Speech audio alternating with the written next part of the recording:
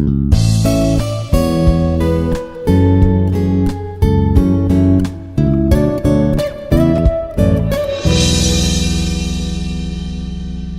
is Dr. D. Govardhan, Professor and Dean, Department of Aeronautical Engineering, Institute of Aeronautical Engineering, Hyderabad. Today, I am covering the topic thick cylindrical shell in mechanics of solids. Cylinders generally used in engineering field for the transportation of fluids as well as the gases and also storage purpose. Examples is pipes in boilers, storage tanks and so on. When the fluid is stored within the cylinder, the walls of the cylinders are subjected to fluid pressure. When the cylinder is subjected to internal pressure at any point in the cylinder wall, three types of stresses are induced in it. These three stresses are perpendicular to each other. They are hoop stress, it is also called circumferential stress, and longitudinal stress, and third one is the radial stress.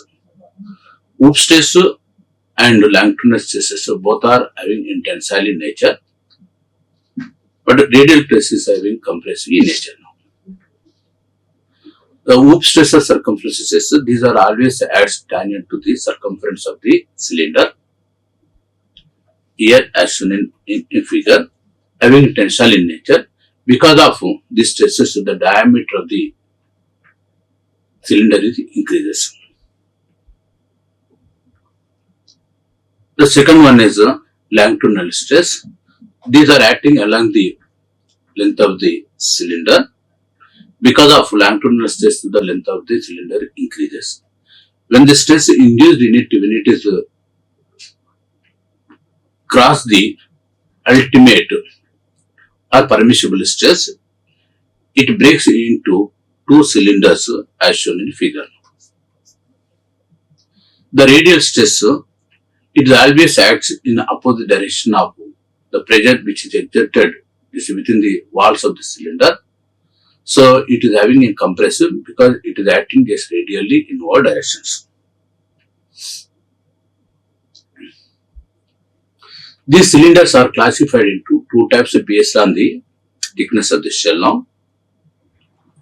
If the ratio of dt by d, if it is less than equal to 20 now, 1 by 20, then it is called thin cylinders.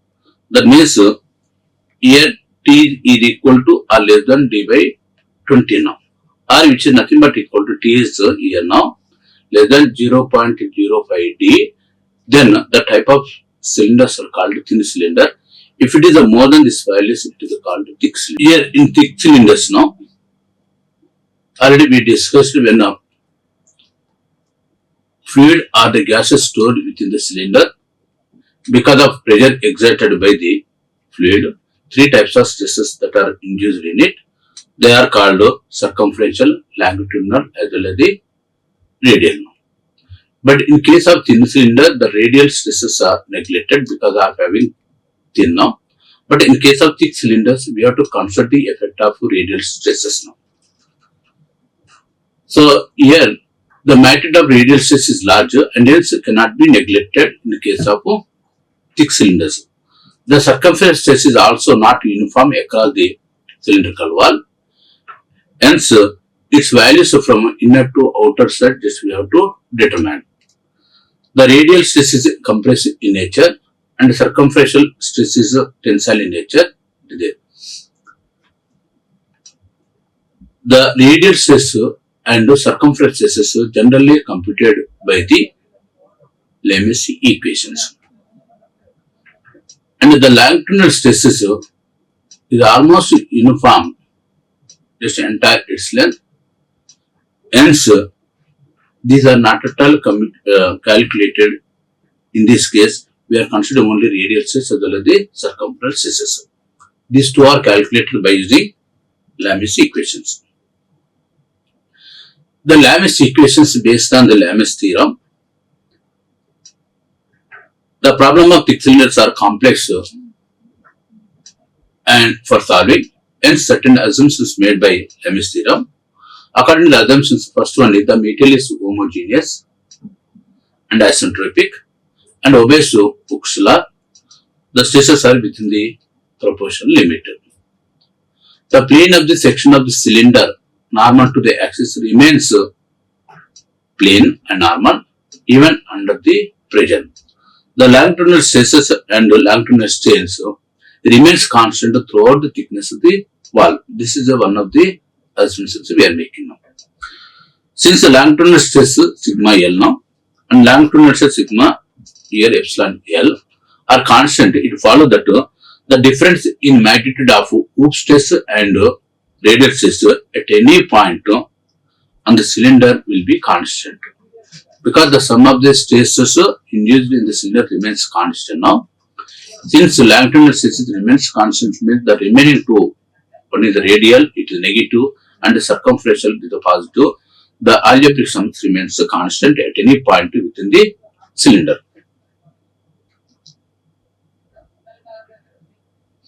Okay, let me see equations for the thick cylindrical shells.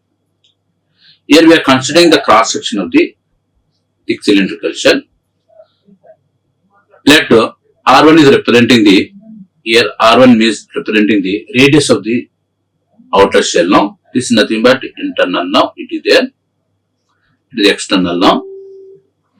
That is external radius is represented as R1 and R2 is representing the internal radius R2 and L is equal to this length of the cylinder now. It is there like this now. Now consider an elementary ring of cylinder thickness dx at a distance x as shown in figure 1 and b now. Here we are considering this is known as a thin cylindrical shell now. Here it is having thickness is equal to dx at a distance of x as shown in figure now. Let Px is representing the intensity of the pressure on the inside of the ring. That is just I am taking the same part here now. This is the intensity of the stress. We are taking this is nothing but equal to Px values now. And the Px plus dPx is representing the intensity of the pressure on outside of the ring. Here it is equal to Px plus dApx at outside now. And sigma x is representing the intensity of the hoop stress. We are not at all considering here now longitudinal stress now. Sigma x is representing the intensity of the hoop stress. So these are the 3 points we are considering. First one is R1. R1 is representing the radius of the outer diameter of the shell now. R2 is representing inner radius. And x is representing the radius of the tip, that is the ring which is considered at a distance of x having thickness dx. L is equal to length of the cylinder now. Now on this ring now, the bursting force on longitudinal section xx is equal to a bursting force, because it's nothing but here according to this one it will be separated into here two troughs now. It is equal to bursting force is equal to stress multiplied by the area. Inside is it is equal to here Px into 2x into L now. That is it is nothing but here now the force is acting, we are taking just perpendicular to the circumference like this now, because it is not taking into two halves now. This entire force we are taking, that is which is acting perpendicular to the diameter.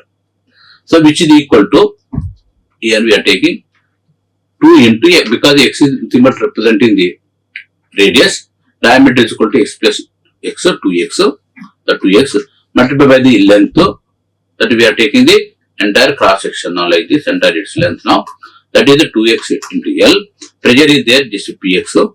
This Px into 2 into x into L.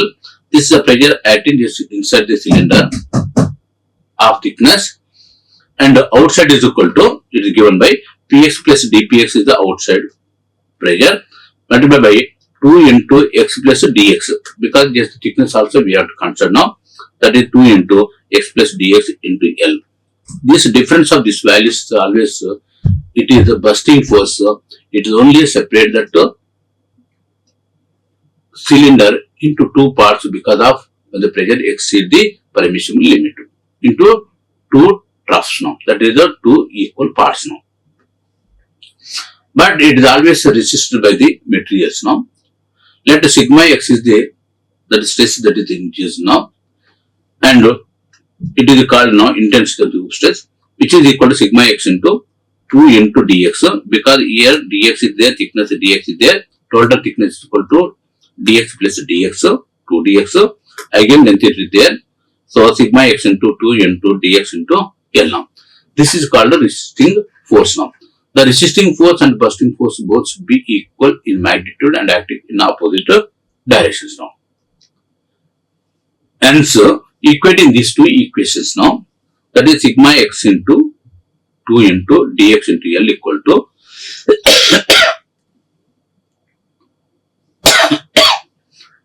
px into, 2 into x into L minus of px plus dpx into 2 into x plus dx into n. Here identified there is a 2 in nothing but common factor in left and right side as well as the L also there. So just cancelling 2 and L on both sides of the equation. The remaining part is sigma x into dx is equal to px into x minus of, here px into x minus of px plus dpx into x plus dx now.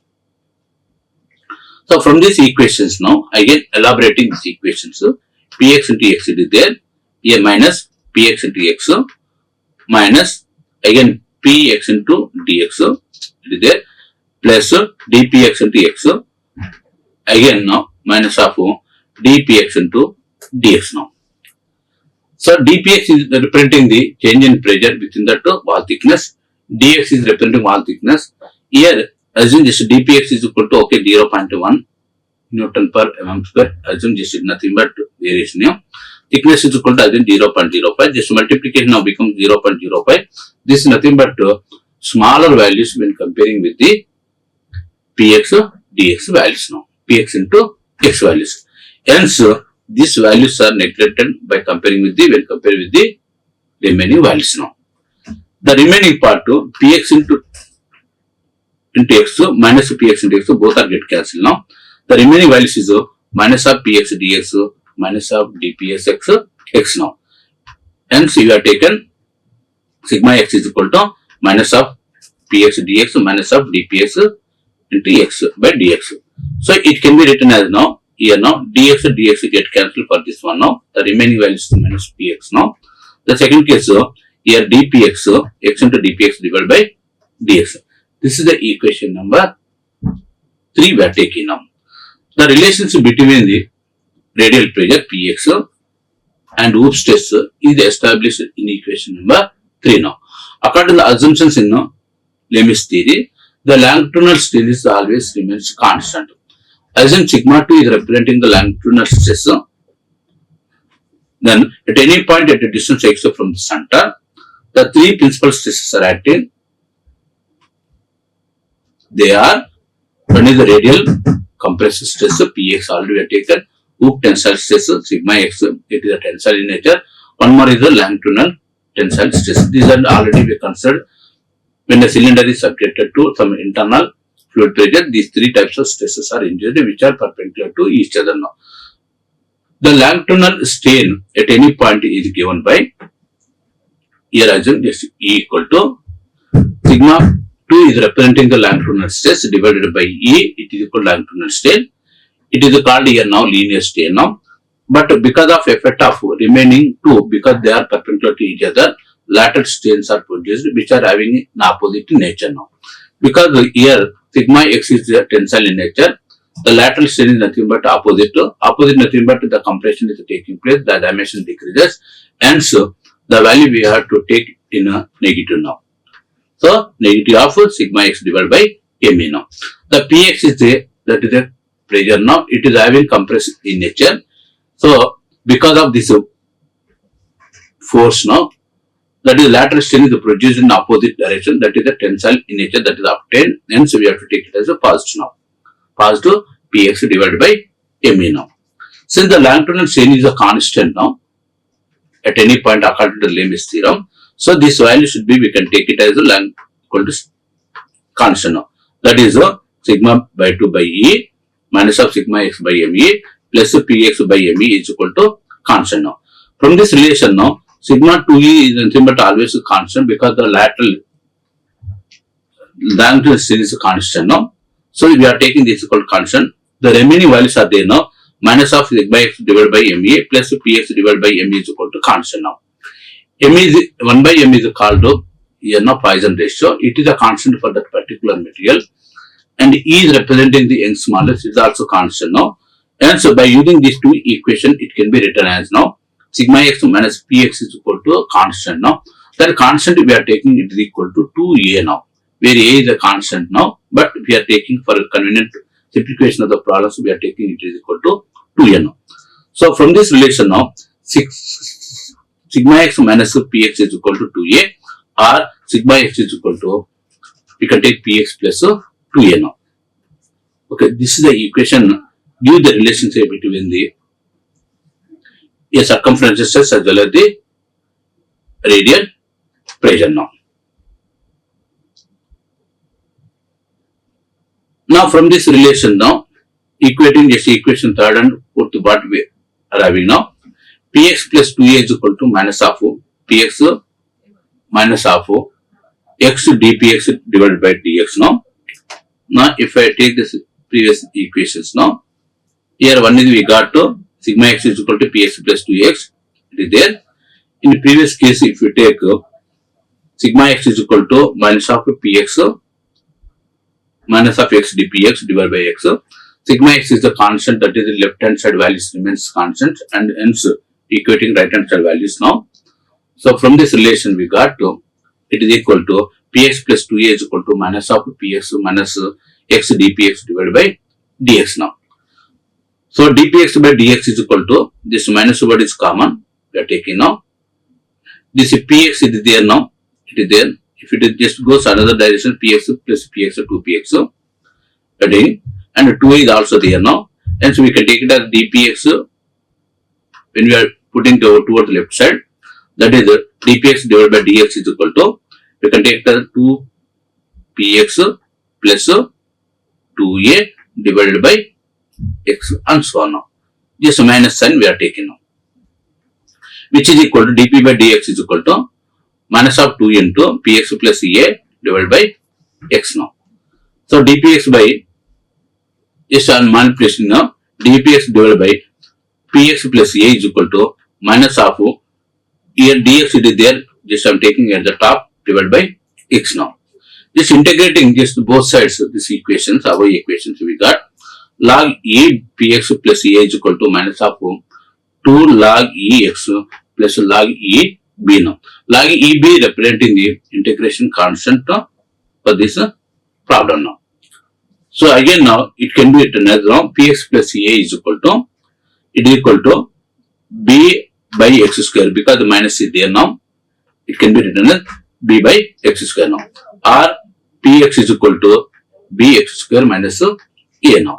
This is the equation number 5th now. So now substitute the values of Px in equation number 4. So we got to sigma x is equal to B by x square minus A plus 2A, or B by x square plus A now.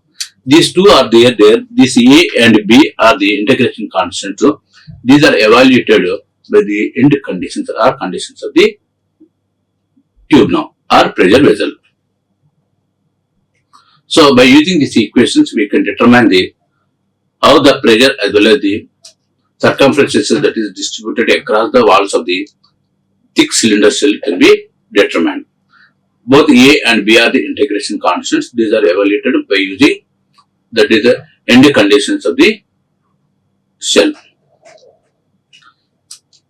Here the values of A and B in the above equations are evaluated from the given condition of the problems. The two equations, 4th and 6th, are called Lem's equations. It should be remembered that the value of Px is a compressive and the sigma x is tensile in above nature now. The intensity of pressure outside of the thick cylinder to be taken as 0, though it has oops due to the pressure inside the thick cylinder. Okay, based on these problems now, that's the equation, the MS equations. We are taking one problem here now. A cast iron pipe of 400 mm internal diameter and 1 mm thickness carries a water under pressure of 8 Newton per mm square. Determine the maximum and minimum intensity of hoop stress across the section. Also sketch the radial pressure distribution and hoop stress distributions across the section. The given data in the problem is a cast iron pipe of 400 mm internal diameter. That internal diameter is given 400 mm. Internal radius is equal to 200 mm. Internal radius is represented as R2. That is R2 is equal to 200 mm now. Similarly, the thickness is given now 100 mm. Thickness T is equal to 100 mm is given. Internal pressure is equal to 8 Newton per mm square now. External radius is equal to, we can take internal radius plus thickness, which is equal to 300 mm.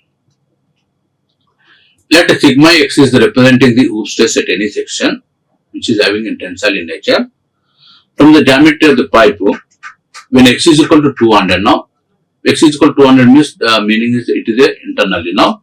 It is equal to Px is equal to 8 Newton per mm square. The pressure of the fluid when just within the cylinder. Again, when x is equal to 300, that is at outside, the effect of the pressure of the fluid at outside is equal to 0, and so we can take it as a Px is equal to 0 now. From the Lamis equations, we are having that is Px is equal to B by x square minus Ca now. That means B Px is equal to 8 when x is equal to 200 now. That is B by 200 whole square minus A now. So from this relation we got to B by 40,000 minus A, or A is equal to B by 40,000 minus 8 now. This is equation number 1 now. In another equation now, sigma x is equal to B by x square now minus A, which is equal to at outside we are taking that is Px is equal to 0 at x is equal to 300 now. 0 is equal to B by x square minus A, which is equal to B by 300 whole square minus A, B by 90,000 minus A now. This is equation number 2 now. These two equations are evaluated by using the conditions of fluid pressure. When x is equal to 200, it is having 8 now. When x is equal to 300, its value is equal to 0 now. Equating these two values, that is it, just 1 and 2 equations for solving A and B values now. That is B by 40,000 minus 8 is equal to B by 90,000. So from this relationship we got now B minus here 3,20,000 divided by 40,000 is equal to B by 90,000. By using this relations 9B minus of 9 into 3,20,000 equal to 4B, or 5B is equal to 9 into we have taken 3,20,000, or B is equal to, finally we got this value is equal to 5,76,000.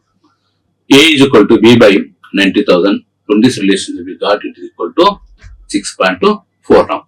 That is A and B are the integration constants according to the previous relations. These values are determined by using the condition of the pressure. That is the pressure maximum at internal which is equal to 8 we have taken, at outside is equal to, that means when radius is equal to 300 we have taken it equal to 0. By using these two conditions we determine the values of A and B now. The hoop stress is equal to, that is sigma x is equal to B by x square plus A. By using this equation when it is equal to 200 we got this value is equal to 20.8 now. That is even the pressure is a constant it is there now, but it is not equal to 0 just inside. So we got this value is equal to 20.8 now. The hoop stress at outsider now, that is nothing but 300. It is equal to B by x square plus A. From this relationship we got to 12.8 now. So just plotting these two now, we are having now the pressure it is there now 8 just at the internally now. Here it is represented here now pressure. Its value is equal to 0 at outside. Similarly, here internal circumference stress is equal to 20.8, here is equal to 12.8 now. The tensile nature generally it will take in this below the axis, here compression is just above, it is given now. So these are nothing but it depends upon the square of the distance, that is x square now, hence it is in a parabolic in nature now. So just to draw the diagrams now by the curve and so on. This is nothing but representing the distribution of hoop stress as well as the pressure inside the cylinder now, or radial stress. So this is nothing but again we are taken now 8 and 0, 20.8 and so on. These are nothing but 2 are represented in this figure now.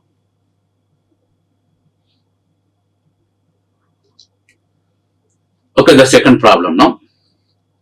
A thick metallic cylindrical shell of 150 mm internal diameter is required to withstand an internal pressure of 8 Newton per mm square. Find the necessary thickness of the shell. If the permissible tensile stress in the section is 20 Newton per mm square now. So the given data in the problem is equal to internal diameter of the shell is equal to dt is equal to 150 mm. Internal radius is equal to 75 mm. Internal pressure is given Px is equal to 8 Newton per mm square. Permissible tensile stress is equal to sigma x is equal to 20 Newton per mm square now. So the solution we required, find the necessary thickness of the shell now. If the permissible tensile stress in the section is 20, that is we have to calculate the here now internal diameter already we calculated R1 is equal to R2 is equal to 75 given now. R1 value we have to calculate now. R1 is nothing but representing the outer radius of the shell now. That R1 minus R2 it is representing the thickness of the shell now. This is our problem now. Now from the Lamis equations now we are taking just 8 is equal to b by x square minus a, which is equal to b by here internally x is equal to nothing but when we are taking internally that 75 square minus a, which is equal to b by 5625 minus a now 5625 minus a now. From this relationship we got a is equal to b by 5625 minus 8 now. The second one is again now Lamis equations, sigma x we are taking, that 20 is equal to b by x square plus a now, which is equal to b by 70 square plus a, or b by 5625 plus a now. So from these relations now a is equal to, we can take it as now 20 minus b by 5625 now. This is the equation number here 2 now. This is equation number 1. Just equating these two equations now for solving a and b. We got to b by 5625 minus 8 is equal to 20 minus 5625 now. That nothing but here minus the replace sign is there. Just we are taking one side now. It becomes double values. That's why 2b divided by 5625 is equal to 20 plus 8 is equal to 28. From this relationship b is equal to 28 into 5625 divided by 2, it is equal to 78,750. It is having no units because these are the integration constants according to the Lamis equations. Now substitute the values of a, that is b values, to get the a values. A is equal to, here we are taking 78,750 divided by 5625, because the b is equal to, we got 78,750 minus 8 is equal to, we got 6 values. From the Lamis equations now, for determine internal pressure, we are having 0 is equal to outside now, 78,750 divided by R1 square, where R1 is representing the outer radius of the shell, minus 6. From this relationship we got it equal to under root of 78,750 divided by 6. This value is equal to 114.6 mm. So just for design point of view, when we are taking, always better to take that whole number which is more than that values now. That is equal to, we are taken 115 mm, 115 mm now. So therefore that the thickness of the shell is equal to R1 minus R2 is equal to 115 minus 75, it should be equal to 40 mm. This is the required thickness of the shell to withstand the given pressure now. Okay, thank you. Like, share and subscribe. Hit the bell icon for more updates.